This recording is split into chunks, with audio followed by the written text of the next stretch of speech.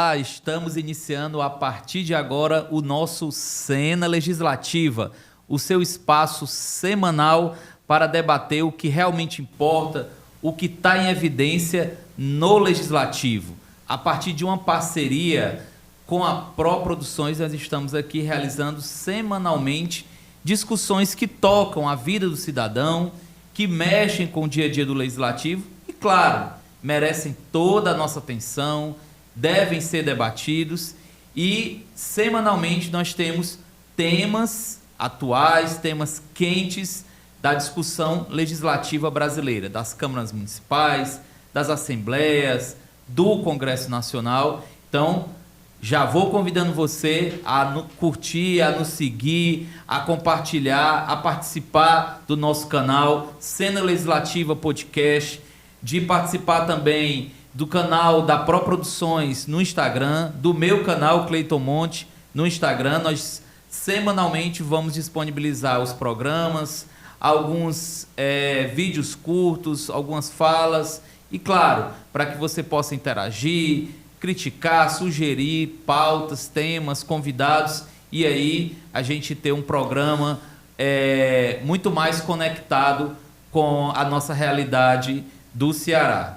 E aí, claro, em se falando de arena legislativa, não poderia deixar de lado um tema que é extremamente atual, que é o combate à fome, às desigualdades sociais, né? Um tema relevante, uma discussão que voltou com tudo. A gente tem aí uma pauta muito presente a partir do terceiro mandato do presidente Lula, agora com o mandato do governador Elmano, em vários governos municipais.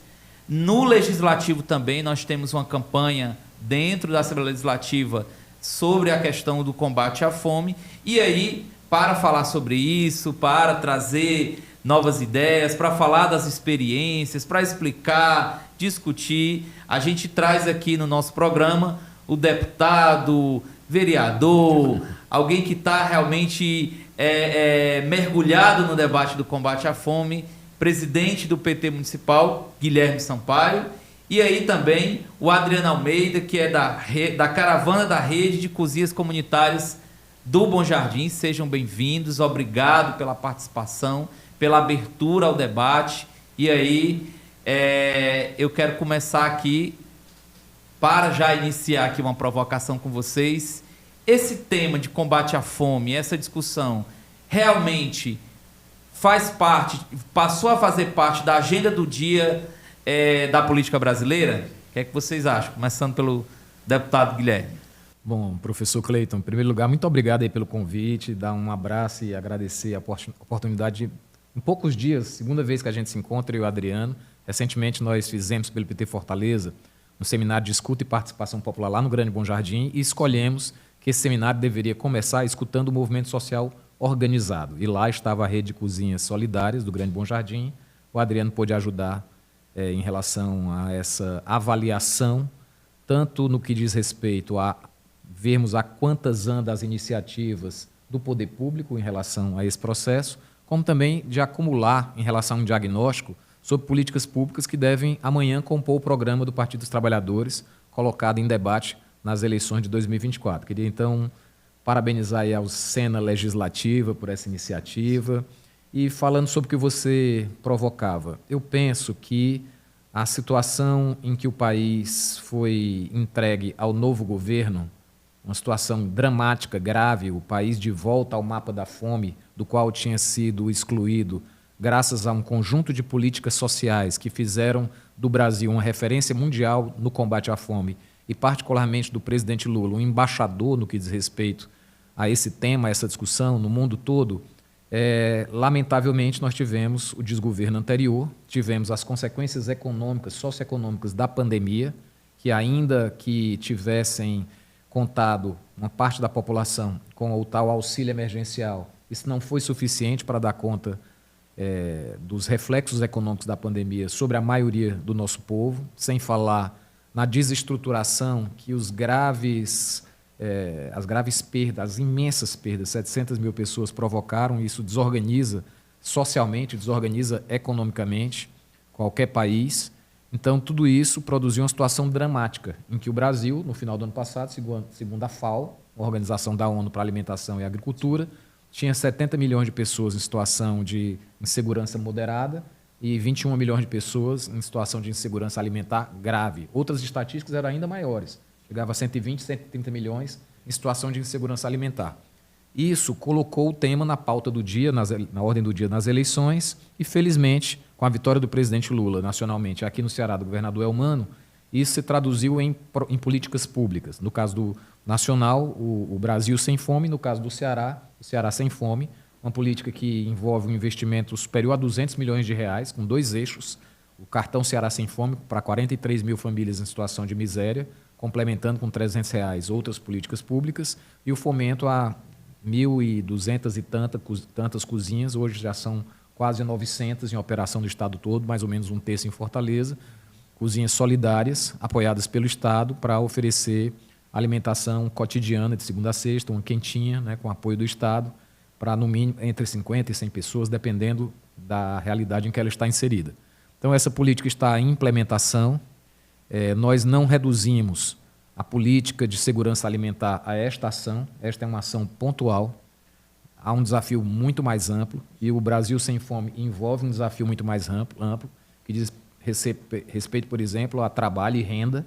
Não se supera a pobreza e, consequentemente, desigualdade, e, consequentemente, fome, sem acesso a trabalho e renda. Isso envolve outras ações também da política do campo, da política agrícola do país, o Plano Safra, recentemente anunciado, com investimento recorde para a agricultura familiar, porque insegurança diz respeito também não só à falta do alimento, mas à qualidade do alimento. Essa é uma discussão que o movimento social está fazendo com muita maestria, o MST tem colaborado nisso. E também, além do Plano Safra, o PAA, que é o Programa de Aquisição de Alimentos do Governo Federal, recém-retomado, para comprar da agricultura familiar e garantir renda mínima a essa população. E crédito, entre outras políticas. Mas, enfim, acho que esse tema está, sim, na ordem do dia. E a última matéria que votamos na Assembleia Legislativa, para dar um exemplo concreto, foi um crédito a mais para fortalecer essa política e a possibilidade de, no Ceará Sem Fome, onde não há movimento social organizado com cozinhas solidárias, poderem ser contratados restaurantes populares que podem, a custos também baixos, oferecer esse serviço para a população que está em situação de pobreza. Perfeito. E aí, Adriano, realmente esse tema está na ordem do dia. A gente pode, a partir da sua experiência, vivência mesmo, como alguém que está na comunidade e visualiza na prática como esses movimentos acontecem, a gente pode dizer que essas ações elas estão chegando. Você sente essa preocupação se transformar em algo real? Sim, sim. A pauta é o centro, né,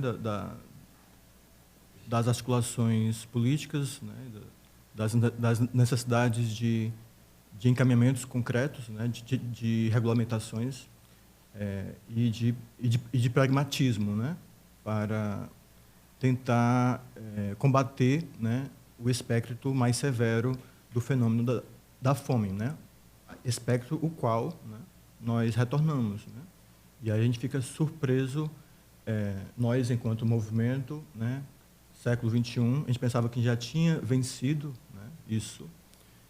Nós nascemos, né, no carisma das comunidades eclesiais de base, das pastorais sociais. Trabalhamos muito na década de 90, né, com a campanha do Betinho. Inclusive, eu sou associado ao Centro Herbert Souza, que é uma OSC que leva nome, né, do Betinho. E, primeiramente, agradecer, né, pelo convite, Cleiton, pelo Cena Legislativa, agradecer, né, por nos contar como uma referência, né, enquanto movimento dialógico, agradecer, né, a parceria aqui do deputado Guilherme. Como ele falou recentemente, né, este mês nós tivemos 2 encontros, né, este é o segundo, com o tema, né, como ele já citou, dia 7 de outubro, né, tivemos esse seminário territorial no Grande Bom Jardim, né, o qual a gente parabeniza, né, pelo formato. O seminário ele foi organizado por uma curadoria local, né, e essa curadoria que definiu quais seriam os interlocutores do Grande Bom Jardim nesse diálogo, né, preparatório e de escuta da agremiação partidária, né? E a gente foi lá contribuir, né? Pena que 5 minutos não dá para falar muita coisa. E eu falo muito.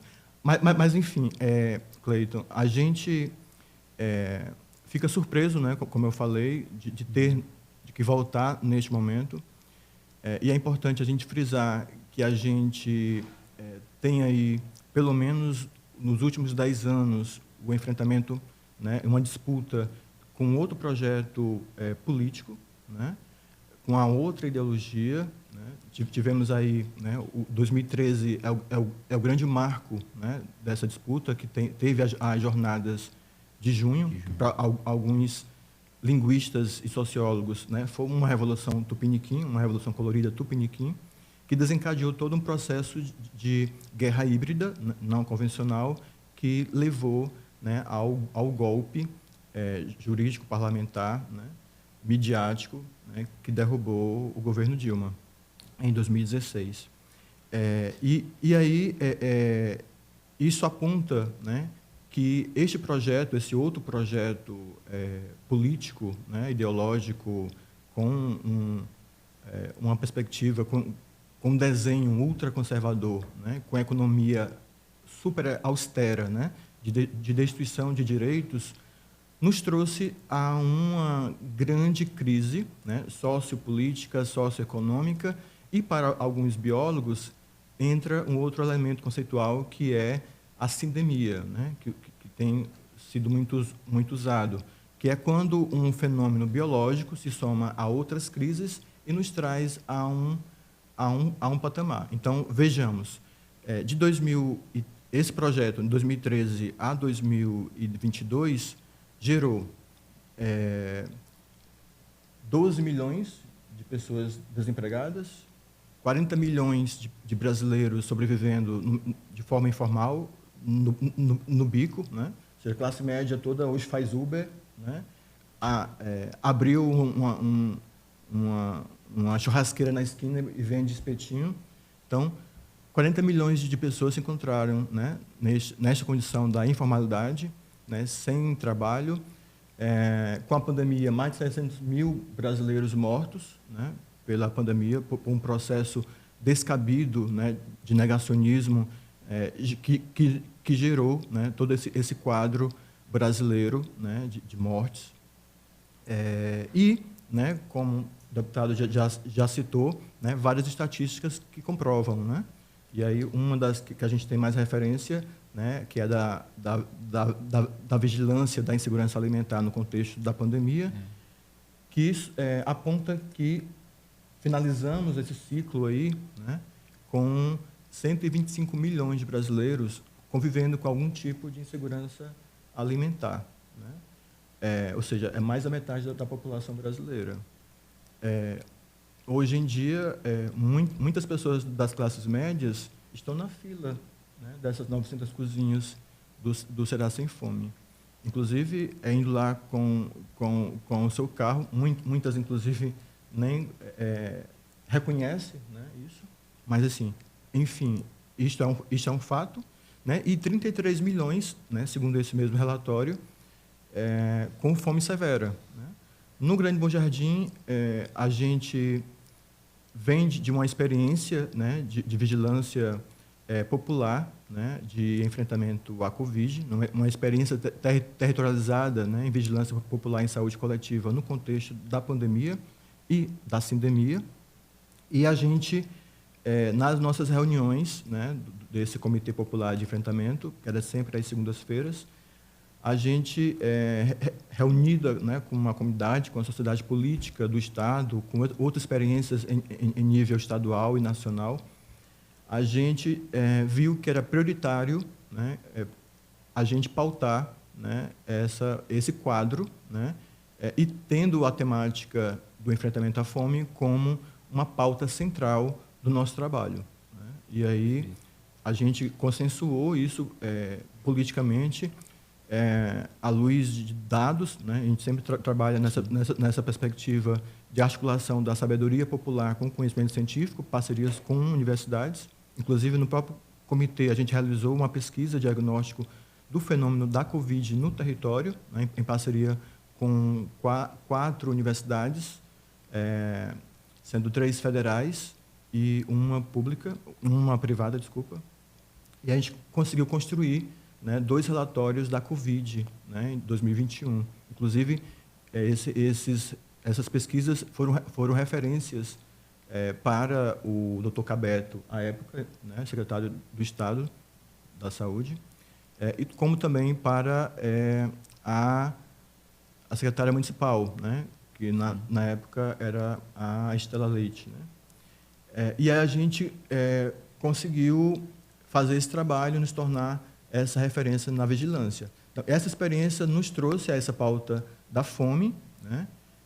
E aí, em 2022, a gente construiu, né, junto com 19 cozinhas, mais diálogos da Unilab, mais o NUPEGA da UFC, mais a Associação de Catadores do Bom Jardim, mais as comunidades da Zona Especial de Interesse Social do Bom Jardim, e construímos um processo de diagnóstico, né, territorial sobre o fenômeno da fome, né?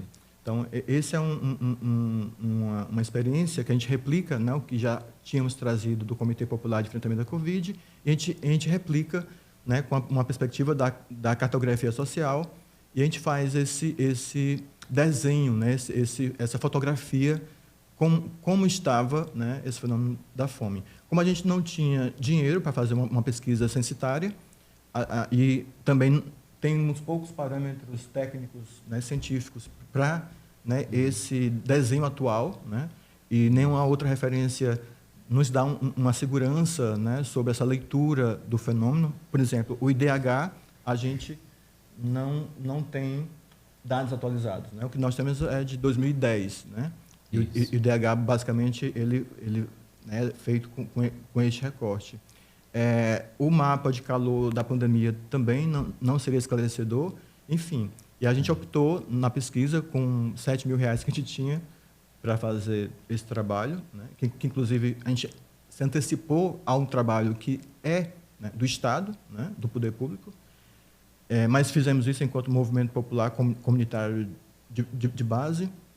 E aí a gente fez uma escolha, né, técnica, que foi, a partir do trabalho, da atuação de 19 cozinhas comunitárias e da Associação de Catadores do Bom Jardim.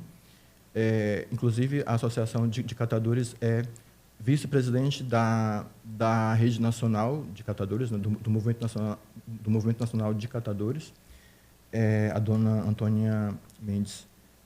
E aí, a gente foi verificar, né, o perfil do público atendido por essas 19 cozinhas, a sua capacidade de arrecadação e de produção, e a escala, né, de distribuição dessa comida no território. Então, foi a partir desse espelho, né, da atuação dessas 19 cozinhas que a gente fez esse mapa participativo de enfrentamento à fome do Grande Bom Jardim em 2022, com esse modelo, com este desenho e com estas parcerias, né?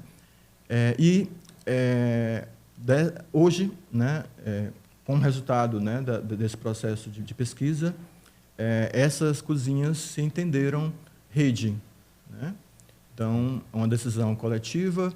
Primeiramente, elas trouxeram para a roda, né, a frase do Betinho: quem tem fome tem pressa, né? Dia 20 de maio de 2022, a gente reunido lá no auditório do Luiz Lochaida, do CDVHS, a gente consensuou, né, que era preciso retomar, né, quem tem fome tem pressa.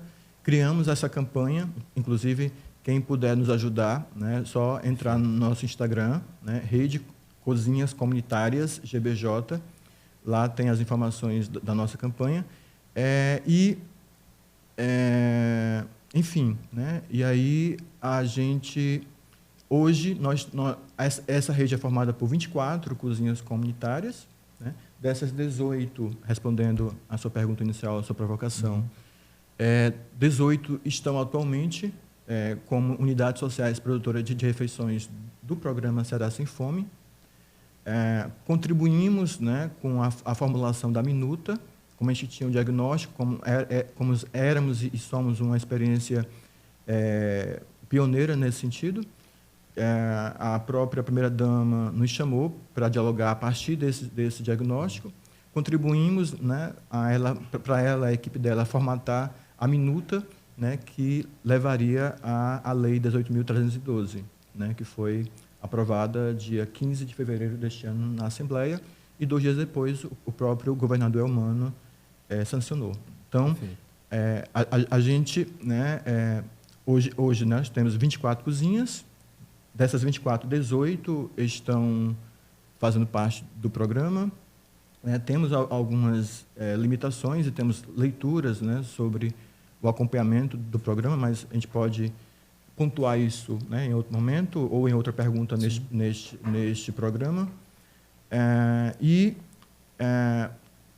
Nossos principais parceiros são do Estado, né? O município não tem nada, né, de enfrentamento à fome, não teve, né, e teve de uma maneira muito perversa e excludente no enfrentamento à pandemia, né?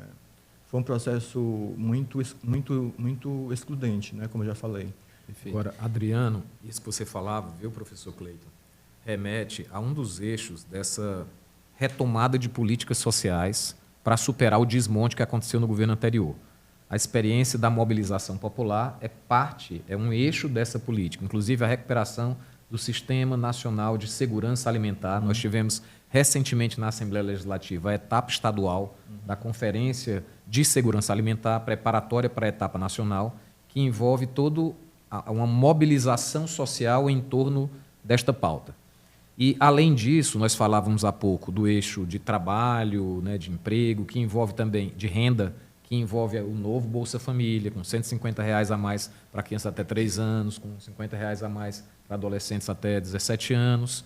E o impacto disso na redução da pobreza é muito significativo. Desde que foi lançado, já 41,3 milhões, se não me fala a memória, de pessoas já saíram do limite de pobreza, segundo as classificações de renda, né? E associada a isso as questões ligadas à qualidade da produção alimentar. Mas a sua provocação ela é muito interessante ser explorada por outro ângulo. A minha leitura, essa pauta vai para a ordem do dia no parlamento, por exemplo, em função de 2 aspectos: da resiliência da população ao derrotar um projeto que estava gerando morte e empobrecimento, elegendo o presidente Lula, e, como consequência dessa decisão política da maioria da população, lá e aqui, nacionalmente e aqui, nós temos esses programas pautados com a força política do Poder Executivo se transformando em projetos encaminhados à Assembleia Legislativa e no debate com a sociedade. Isso não significa que a sociedade, de forma geral, tem isso como uma questão prioritária. Correto. Nós estamos enfrentando cotidianamente esse debate ideológico. Eu vou pegar um gancho aqui, Guilherme, no que você falou e também no que o Adriano falou. Vocês estão falando muito de Estado e de União, né? E pegando aqui tratando especificamente de Fortaleza, nós estamos em uma cidade que é o maior PIB do Norte e Nordeste, que apresentou agora recentemente, tem um alto poder de investimento, se comparando com outras capitais do Nordeste, que avançou em alguns aspectos, como, por exemplo, mobilidade urbana, mas que é uma cidade que ostenta, segundo pesquisas, um alto índice de concentração de renda, desigualdade social, e claro que tudo isso impacta nesse cenário de fome. Ao mesmo tempo que nós temos diversas publicações trazendo que a gente registrou aumento no número de bilionários, nós temos verdadeiros bolsões de miséria, impactando principalmente, e aí pesquisas recentes colocam, a população jovem, né? Porque uma coisa é quando você fala, claro, a fome impacta, é uma tragédia para todo ser humano, mas quando você está falando ali de crianças, né? Esse é o cenário mais delicado. Conversando, eu estava na semana passada aqui no Senado Legislativo, a gente estava falando dos conselheiros tutelares e esse tema surgiu. Olha, é uma dos pontos mais demandados e é uma das questões que mais surge, a questão do conselheiro tutelar. Mas a provocação que eu quero deixar aqui, e quero ouvi-lo sobre isso, não existe ou é ineficiente programas municipais, estou falando de Fortaleza, para se pensar, para se articular soluções, porque a partir do que o deputado Guilherme trouxe, esse é um tema que só pode ser enfrentado a partir de uma articulação, não é, Guilherme? Você falou isso no início da sua fala. Você tem que ter uma articulação de políticas, e essa articulação de políticas não pode deixar de fora o município, né? Você não pode ter só a União e o Estado. Estou falando isso a partir da fala de vocês, falaram muito do Estado e do governo federal. Então, eu gostaria de ouvi-los, a percepção de vocês sobre Fortaleza enquanto gestão municipal. Guilherme, muitos anos vereador de Fortaleza, acompanha isso. Você também, Adriano, no Bom Jardim, está vendo isso de perto. Como é que vocês percebem, de uma forma de pessoas que estão ali no trato diário dessa questão, como é que vocês percebem a gestão municipal de Fortaleza, não apenas essa, né, mas nos últimos anos, com relação ao combate à fome, Guilherme? Então, professor Cleiton, eu quero primeiro trazer um dado. Fortaleza tem 2.400.000 habitantes e tem 700.000 pessoas inscritas no Cadastro Único. Cadastro Único subentende que são pessoas de baixa renda que precisam de programas sociais do governo. Vamos lá. Se você acrescentar isso às crianças e os adolescentes, você tem mais da metade das pessoas, né, em situação de vulnerabilidade, né, ou de dependência em relação a quem já é adulto e está numa situação de vulnerabilidade. Qual é a consequência desse dado? É que a prioridade absoluta de qualquer gestão municipal tem que ser combater essa absurda desigualdade, que é uma característica da estrutura da sociedade brasileira, mas que aqui em Fortaleza persiste em níveis absolutamente assim imorais. O município pode tudo? Para a gente não fazer aqui um discurso fácil? Não. A rigor, o município tem até uma sobrecarga de políticas sociais. Você vê a repartição do bolo tributário no país, a maior parte dos impostos fica com a União, cerca de 60%. Os estados, cerca de 25%. O município, 15%. No entanto, o município cuida da educação, cuida da saúde, cuida da assistência. Então, o município com pacto federativo é sobrecarregado. Mas isso também não quer dizer que o município não pode nada. Isso. Então, na minha opinião, nós temos uma administração em Fortaleza que comete erros muito graves em relação a esse desafio maior de combate à desigualdade. E o primeiro erro é um erro político. A gestão anterior, já do Roberto Cláudio, e a atual, persistiu nesse erro, que foi acabar com o que foi, na minha opinião, a maior experiência de influência política da população, do movimento social organizado, no orçamento público, que se chamava orçamento participativo. O OP acabou. À medida que eu lembro, eu era o líder do governo, quando o OP chegou, os vereadores, ainda com cabeça antiga, eles queriam tirar o que vinha das assembleias do orçamento participativo e que estava no orçamento, que é como se aquilo concorresse com o poder do parlamentar. E por que isso é tão forte? Porque quando a gente mexe no recurso, a gente está mexendo no ponto mais sensível, a gente está mexendo no poder. Nós vivemos numa sociedade capitalista, a simbologia do poder é o dinheiro, e quando a gente afeta isso, nós estamos tocando no ponto nevrálgico. Quando uma prefeitura acaba um programa que estava completamente estruturado, que realizava centenas de assembleias nos bairros, ouvindo a população, com muita dificuldade, inclusive, com muito desgaste, porque não dava para atender tudo, né, com reclamação, com queixa, mas também com muito êxito. É uma metrópole, assembleias, né, com crianças e adolescentes, assembleias do movimento negro, assembleia da população LGBT, além das assembleias territoriais. Então, quando uma administração desmonta isso, é porque ela não quer governar ouvindo o povo.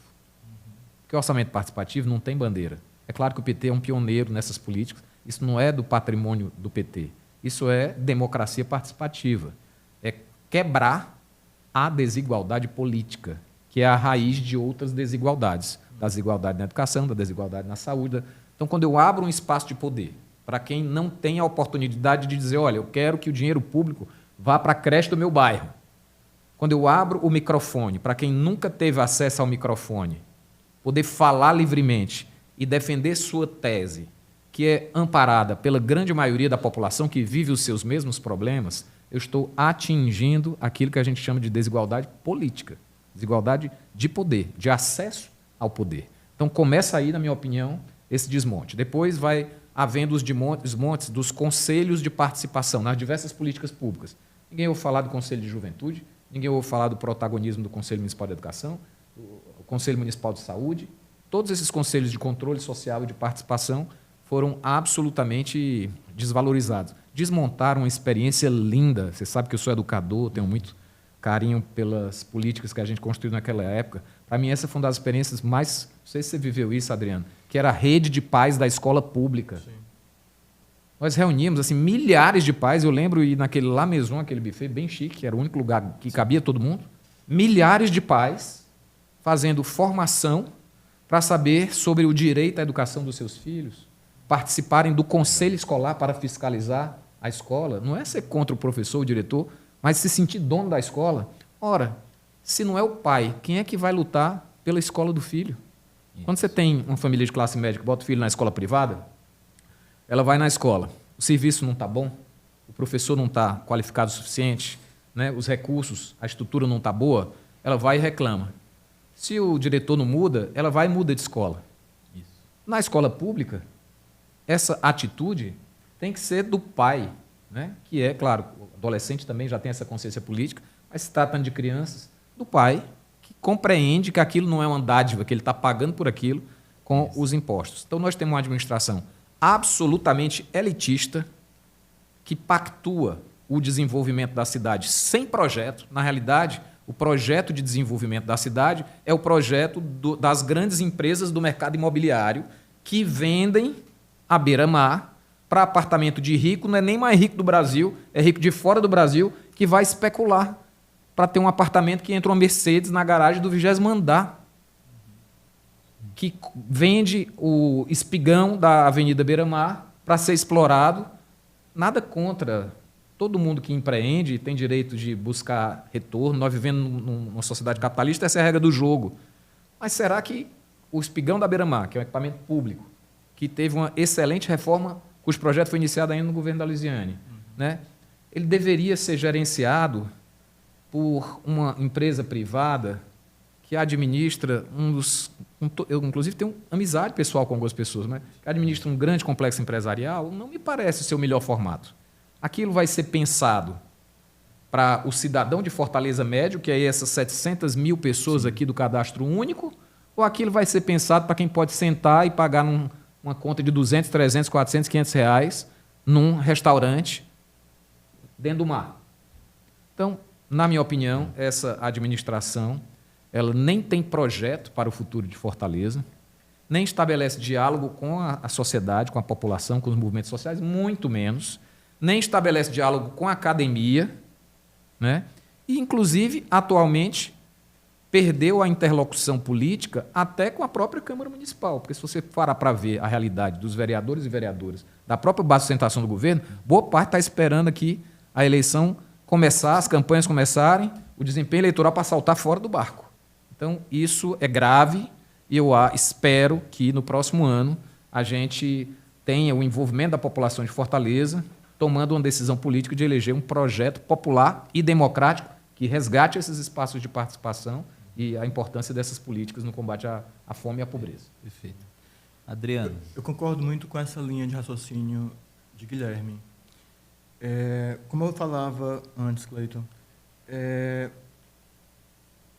no Comitê Popular de Enfrentamento à Covid, nós tivemos muita dificuldade de diálogo com a gestão municipal. Primeiramente, né, na gestão anterior do Roberto Cláudio, ele pegou o último ano da pandemia, inclusive sem muita liderança, né, no enfrentamento, pelas imagens, né, pelas matérias que a gente via, pelo audiovisual que a gente via, né, ele estava meio a reboque de Camilo Santana no enfrentamento à Covid em Fortaleza.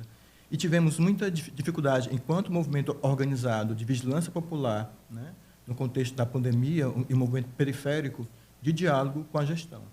Tanto é que, em 2020, deputado, o Comitê Popular se cansou, né, de bater a porta da SMS. A gente conseguiu abrir a porta, à época, da CESA, né, da Secretaria de Saúde do Estado, mas a gente não conseguiu abrir a porta do municipal. A impressão que a gente tinha era que os técnicos da SMS nos entendiam como incompetentes para fazer vigilância popular, né, no contexto da pandemia. E aí, como nós não tivemos retorno, né, do municipal, fomos para ações mais pragmáticas, quando iniciamos duas campanhas de arrecadação de alimentos, né, que foi Adote uma Comunidade Bom Jardim na Luta, né, que gravitaram no entorno da Rede Delis, né, que é um grande coletivo territorial do Bom Jardim. Esse ano faz 20 anos de atuação. E aí a gente foi fazer campanhas solidárias, né, para isso. Enfim, a gente conseguiu atingir quase 30 mil pessoas, mais de 5 mil famílias nessas campanhas em 2020.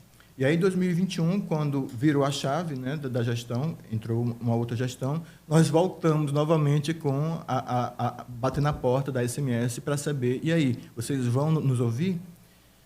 Só nos ouviram porque o secretário regional 5, né, que é sanitarista, que é psicólogo, não, que era, né, na época, isso, tinha uma mente aberta e reconheceu a nossa expertise e virou a chave, né, da porta da SMS, também virou a chave de diálogo com a Fiocruz, né? E aí, com o diálogo com o próprio doutor Khalil Lavô, a gente conseguiu uma abertura da Fiocruz à época, só para citar um exemplo, para replicar no Grande Bom Jardim o piloto que a Fiocruz executava no Eusébio, né, com testagem em massa, resultado de exames em, no máximo, 72 horas. Né? O Carlos Lavô nos garantia isso. E aí a gente foi para perguntar à SMS, né? E aí, vocês encaram esta parceria e vamos desenvolver este piloto também no Grande Bom Jardim? A resposta foi não. Nós perdemos a oportunidade de salvar vidas no território. Sim. Grande Bom Jardim, somam-se 873 mortos pela Covid. Se nós fôssemos o município, deputado, do Ceará, nós seríamos o terceiro em número de mortes. Atrás somente de Fortaleza e de Calcaia. Né? Mais do que Sobral, mesmo nível de Maracanaú e mais do que Juazeiro e Crato. Né? Enfim, tivemos muita dificuldade. Né? E aí conseguimos, além da ajuda do Moacir Soares, do Carlyle Lavô, que nos ajudou muito também, tivemos parcerias também com o pessoal da Faculdade de Medicina, a doutora Lígia Kerr, com o Fernando Carneiro, da Fiocruz, que é sanitarista, que é biólogo, e a gente conseguiu avançar, né? Foi quando a gente furou também a bolha midiática, né? Quando a gente conseguiu assessoria de comunicação, de imprensa, e conseguimos furar a bolha midiática, enfim, estourou aí no Diário do Nordeste, no Povo, em todas as mídias profissionais do Estado, com repercussão nacional. Tivemos encontros com Conexão Saúde de Manguinhos, né, no entorno da Fiocruz, Manguinhos e Maré. Enfim, né? E aí, só para citar um exemplo disso que o deputado falava, na gestão Roberto Cláudio e também na gestão, se bem que nessa atual gestão foi mais capenga, desprezaram o principal instrumento de planejamento urbano, que é o plano diretor participativo, sim, e priorizaram um projeto de governo, que era o Fortaleza 2040. Né? E aí...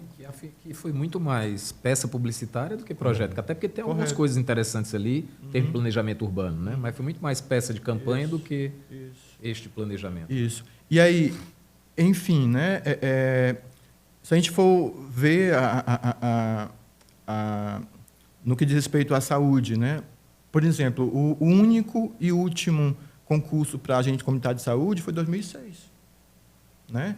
De lá para cá, muitos desses agentes morreram ou têm desvio de função. Ou seja, o que há em Fortaleza de agentes de postos e áreas de estratégia de saúde da família descobertas é um pavor. E o que é pior, a gente não tem conhecimento dessas vacâncias das microáreas de saúde de Fortaleza. E na gestão dos postos de saúde, né, é um verdadeiro conluio aí entre os interesses de OS com os interesses de políticos, né? Ou seja, se você quiser ter um acesso, né, a um processo em um posto de saúde, assim como nos CRAs, tem que procurar primeiro o parlamentar que manda no posto. Perfeito, a gente está aqui, papo fantástico, né? Já estamos aproximando da reta final aqui do nosso programa. E aí eu quero aproveitar, junto com as considerações finais do deputado Guilherme, do Adriano, pedir também para que vocês pensem, né? A gente está no final do ano, é normal no final do ano a gente fazer um balanço e pensar perspectivas para o próximo ano. Então, o que é que ainda falta, né? Eu sei que falta muito, o que é que ainda falta para as cozinhas solidárias que a gente pode conquistar em 2024, né? A ideia das cozinhas solidárias, elas apostam no protagonismo social. E aí, Guilherme, junto com as suas considerações finais, eu queria uma reflexão sua e de Adriano, também o que é que falta, o que é que a gente poderia avançar mais, porque é uma questão gigantesca, a gente não tem como a gente esgotar aqui, né? Adriano falou no início que é pouco tempo para a gente falar de muita coisa, então como é que você vislumbra essas políticas, Guilherme, em 2024? Eu sei que é um ano eleitoral, é mais difícil, né, encaminhar determinadas demandas, mas a gente entende, e a partir da fala de vocês, que cada vez mais vem se transformando em políticas de Estado, né? Então, como é que isso pode avançar agora no próximo ano? Foi interessante você fazer essa provocação para a nossa participação final, Cleiton, porque eu estava pensando, enquanto o Adriano falava, exatamente num aspecto que eu acho que a gente tem que sempre lembrar ao tratar de políticas de superação da fome, que é o caráter circunstancial que nós devemos ter ao olhar para essas políticas. Então, se a gente fosse pedir um presente de Natal, com certeza seria a gente não precisar das cozinhas solidárias, porque as pessoas não estavam passando fome. Lamentavelmente, as coisas não são tão fáceis assim, e nós vamos precisar muito, ainda por algum tempo, né, do movimento popular. Mas levando em conta essa observação que eu fiz, que a gente tem que olhar para essa política com o objetivo de superar a fome, ou seja, de amanhã não haver necessidade de uma política de caráter assistencial para superar essa chaga inominável, né, de indignidade da pessoa humana. Um aspecto importante é que eu vislumbro no médio prazo, para esse programa que tem uma relevância política muito significativa no programa do governo do governador Elmano, Ceará Sem Fome, eu vislumbro no médio prazo dois desafios. O primeiro deles é o aperfeiçoamento operacional do funcionamento dessa experiência. É uma experiência, assim, nunca o governo do Estado operou uma microação desta natureza, em parceria com os movimentos sociais, com essa abrangência. É muito mais peculiar, muito mais típico que esse tipo de ação seja operado pelas prefeituras, né? Então, haja vista a gravidade da situação que nós estávamos vivendo no Ceará e no país, com milhares de pessoas na pobreza, é uma experiência um pouco inédita, no sentido de ter uma ação que chega lá no distrito, que naquele distrito que não tem um movimento social organizado, que não tem uma cozinha solidária, vai contratar um restaurantezinho popular para poder suprir por parte do governo do Estado, né? Então, eu vislumbro um desafio de um aperfeiçoamento operacional dessa política que está iniciando, e eu quero fazer um reconhecimento à primeira-dama, à Lia de Freitas, porque está se dedicando a ela. Ali eu tive o privilégio de tê-la como minha assessora. Talvez muita gente que está assistindo aqui o seu podcast vai conhecer a Lia como esposa do governador Elmano, primeira-dama do Estado. A Lia é uma servidora pública da Guarda Municipal de Fortaleza, serviu a várias secretarias, acho que é formada em Direito, é acadêmica de Medicina, e é uma profissional competentíssima, foi uma das melhores assessoras que eu tive no meu mandato na Câmara Municipal. E está se dedicando a isso com muita seriedade, com muito compromisso. E todo projeto, quando começa, tem as suas dificuldades, né? Claro. Há que se blindar politicamente também, né, essa política que é tão importante e lida com tanta vulnerabilidade.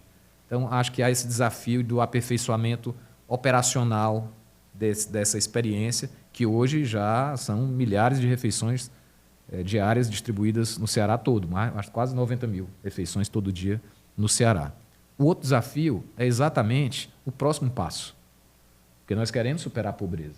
Então, eu penso que essa rede de articulação com o movimento social, ela deve abrir, ela deve ser uma porta de entrada para outros caminhos para a cidadania, inclusive para acesso a programas de capacitação para o mundo do trabalho, para acesso a programas de geração de emprego e renda, para acesso a programas de acesso ao crédito, de outras políticas na área de assistência social. Então, eu imagino que a médio prazo nós teremos, aqui é uma suposição minha, não é nenhuma orientação oficial, nós teremos a evolução, né, do formato deste programa Ceará Sem Fome para um Ceará Sem Fome mais amplo, um Ceará com fome de trabalho, um Ceará com fome de moradia, um Ceará com fome de educação, com fome de assistência social, né? E esse braço do Estado que não é fácil.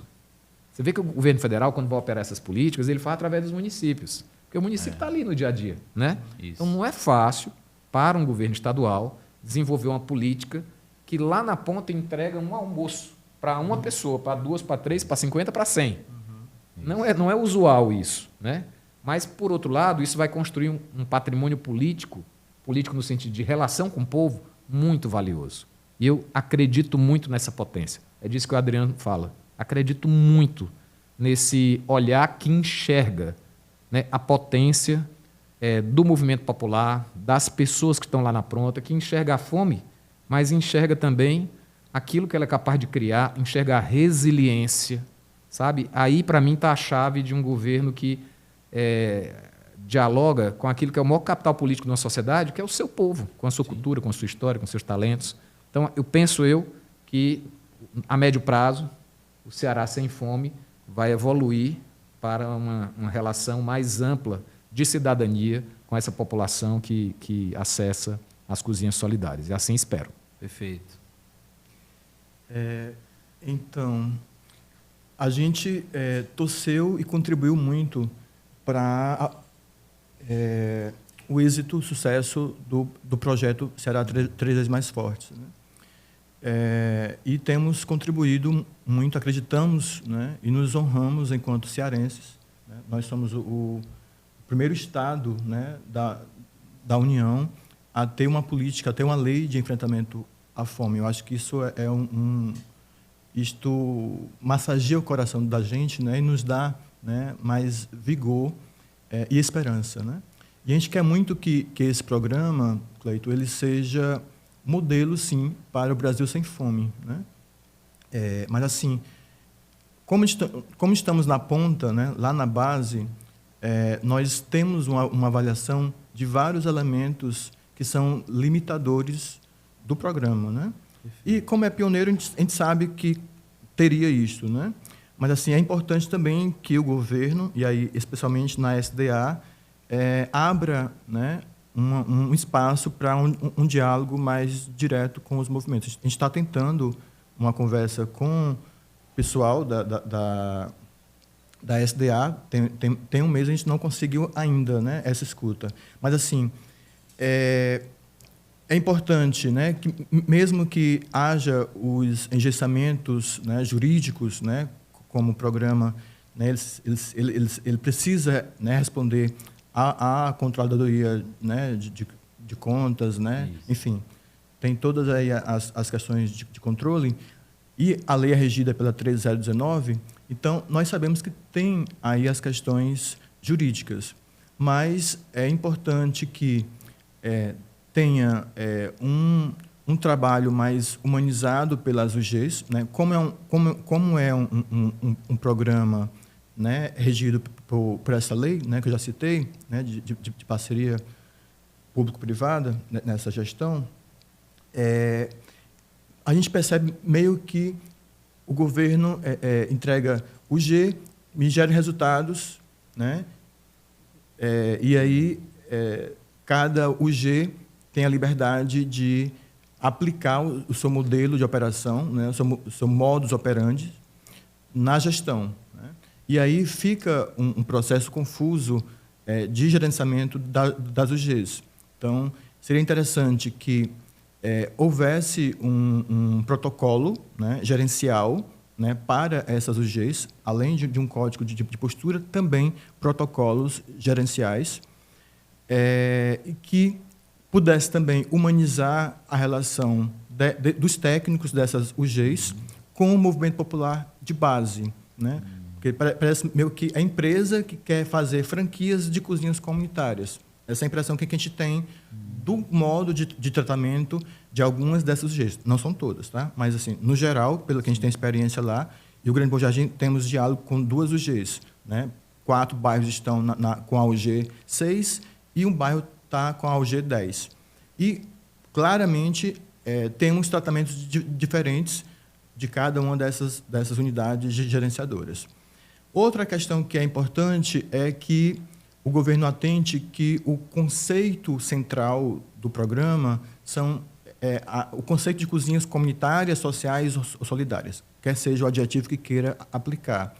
Como é uma política de Estado, meio que a compreensão sobre o carisma e a essência desse conceito meio que desaparece. E aí também é interessante perceber que essas cozinhas comunitárias, sociais ou solidárias, elas têm um perfil eminentemente de cozinhas domésticas. Então, não dá para um programa entender que já tinham cozinhas top, padrões, aptas a serem conveniadas ou credenciadas em um programa de Estado. Então, acho que é interessante que se perceba que o perfil é cozinhas comunitárias. Muitas dessas cozinhas cozinham no fogareiro, por exemplo, né? Ou seja, não tem toda essa sofisticação de equipamentos. Então, é importante que o governo também entenda isso. E, meio que, como o projeto é pioneiro, meio que ele acontece de frente para trás, né? Por exemplo, primeiro, o ideal teria sido a distribuição de equipamentos para as cozinhas. Inclusive, apoiamos muito o legislativo, que existe um projeto, né, que o próprio presidente, né, se inspirou em um almoço que teve com a gente, dia 31 de janeiro, mediado pelo deputado Renato Rosendo do PSOL e pelo padre Rino, que também é da Rede de Cozinhas Comunitárias, e a gente, conversando com o presidente e outros deputados que foram ao almoço, a gente mostrou a necessidade de encontrar maneiras objetivas, pragmáticas, menos desburocratizada, que fortalecesse as cozinhas nesse perfil doméstico. E aí precisa de freezer, precisa de despensa, precisa, enfim, né, todo um conjunto de kit básico. Então, uma outra questão que a gente tem apostado, Cleiton, é um diálogo com o governo federal, né, e aí com o Parlamento Federal.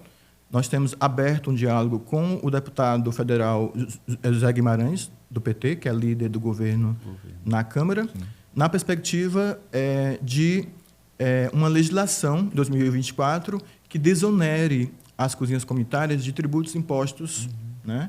Porque, como elas têm um perfil doméstico, muitas delas estão na informalidade. Isso. E estão na informalidade porque não conseguem custear um processo, né, de uma OSC, né? Além de burocracia, é muito caro mesmo. E aí, vendo aí com Guimarães, como é que a gente pode ver, né, algum mecanismo, né, legal que possa desonerar as cozinhas comunitárias do Brasil, né? E aí, aqui no município, a gente esperança que o município, né, tenha um programa, né, municipal de enfrentamento à fome, né, uma política, né, de Estado, né, no município, que possa ver essa perspectiva, como o deputado falava, não só para a emergência, mas para a restituição de todo o sistema de garantia da segurança, né, e da soberania alimentar e nutricional, né? Perfeito. Quero agradecer novamente ao deputado Guilherme, ao Adriano. Eu acho que a gente aprendeu muito aqui sobre as cozinhas solidárias, sobre o combate à fome, sobre o cenário do Ceará, de Fortaleza, sobre os desafios, sobre as lutas. Então, se você gostou, se você se te chamou a atenção, não deixe de curtir, compartilhar, falar com os amigos, passar essas informações, porque são relevantes. É a pauta do dia do Legislativo. Às vezes a gente acompanha a discussão de uma Câmara Municipal de um município pequeno, Guilherme, está lá o debate, a discussão, mesmo às vezes sem ferramentas, sem instrumentos, enfrentando desafios, está lá. Você tem sempre um vereador que vai lá chamar a atenção, tem sempre alguém do movimento social. Então, é importante que esse debate ele seja presente. Por isso que aqui, no Cena Legislativa, a gente trouxe esse tema justamente porque ele é fundamental, não só para um programa, não. Isso aqui a gente está só iniciando a discussão e trazer mais pessoas, trazer o governo também para falar sobre isso, o executivo, trazer o município para falar sobre isso, trazer a academia. A gente tem pesquisas fantásticas da área de segurança alimentar, que o tempo impede, às vezes, a gente trazer. Adriano citou algumas, Guilherme, não dá para a gente trazer tudo aqui, mas espero que você tenha gostado. Esse foi mais um programa Cena Legislativa. Vejo você no nosso próximo programa. Obrigado, gente. Um abraço.